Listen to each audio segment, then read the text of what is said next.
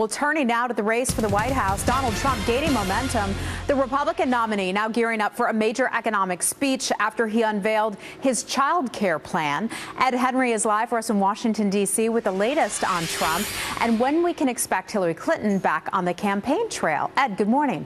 Good morning. Good to see you, Heather. I spoke to Governor Mike Pence, Donald Trump's running mate, and he said what they feel good about right now is that if you look at virtually every battleground state across the country, they're either tied with Hillary Clinton and Tim Kaine, or one side is up 2 points or 3 points within the margin of error in many of these polls. So they're closing in on Hillary Clinton in all of these key places where they have to win. But Trump right now has a double-digit deficit still with women. That's why we saw him roll out this child care plan that you talked about with his daughter, Ivanka. She helped put it all together. And that major economic address tomorrow is all about Trump trying to broaden his appeal, reach out to independent voters at a critical time in this race. Remember that he's trying to take advantage of the fact that Hillary Clinton's health has taken her off the campaign trail, just as Trump is gaining momentum as they get closer to that first clash in a face-to-face debate. Here he is last night with Sean Hannity.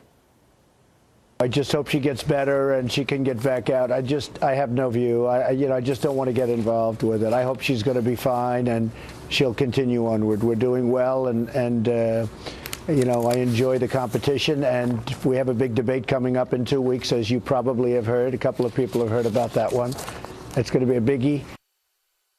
The understatement of the century, maybe. Everyone anticipating that first clash face to face. In the meantime, Trump today taping an appearance on the Dr. Oz show that will air tomorrow to talk about his health regimen. Obviously, that's all about him preparing to release some health records as Clinton continued to recuperate from pneumonia at her home in Chappaqua, New York, where we saw flowers being delivered throughout the day yesterday. President Obama, meanwhile, was out on the trail pinch hitting for Clinton in Philadelphia with a blunt pitch to African-American voters about how he believes Trump, as a businessman, has not given them a fair shot.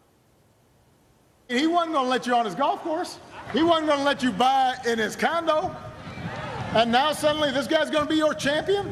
If you want higher wages, better benefits, a fair tax code, a bigger voice for workers, stronger regulations on Wall Street, then you should be voting for Hillary Clinton. Now, Trump is going to continue his own outreach to African Americans with a visit to Flint, Michigan. Remember, that was the scene of that terrible water crisis a few months back, plus a stop in Canton, Ohio, a battleground state, of course, but also home to the Football Hall of Fame. So the Republican nominee is going to sneak in a visit there because why not, ladies? Football's involved. Why not? Yeah, why not? 'Tis the season. Thanks. Thank you.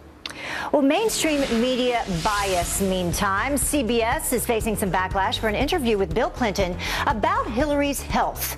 In the piece, he slips and he says that she's fainted, quote, frequently over the past few years.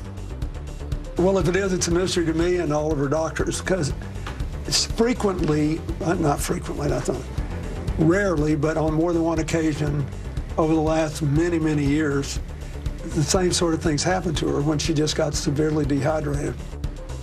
Now that's different from the first clip that CBS ran, editing out the frequently part. Listen. She's been, well, if it is, it's a mystery to me and all of her doctors. Rarely, but on more than one occasion over the last many, many years, the same sort of things happened to her when she just got severely dehydrated. The network claims that that edit they made was for time.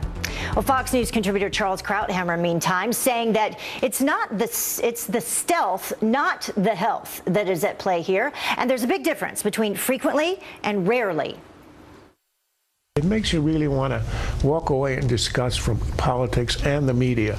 That is an outright, well, I won't call it a lie. That is not a believable statement. As you say, it's a second or two. It isn't a question of a time. They were covering for them. And the reason it's important, it's a slip, yes, but it wasn't.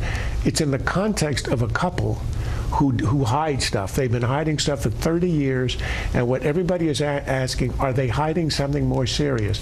The frequently and the rarely is a huge difference, and he said both. So which is true? You have to see them if you're going to make a choice.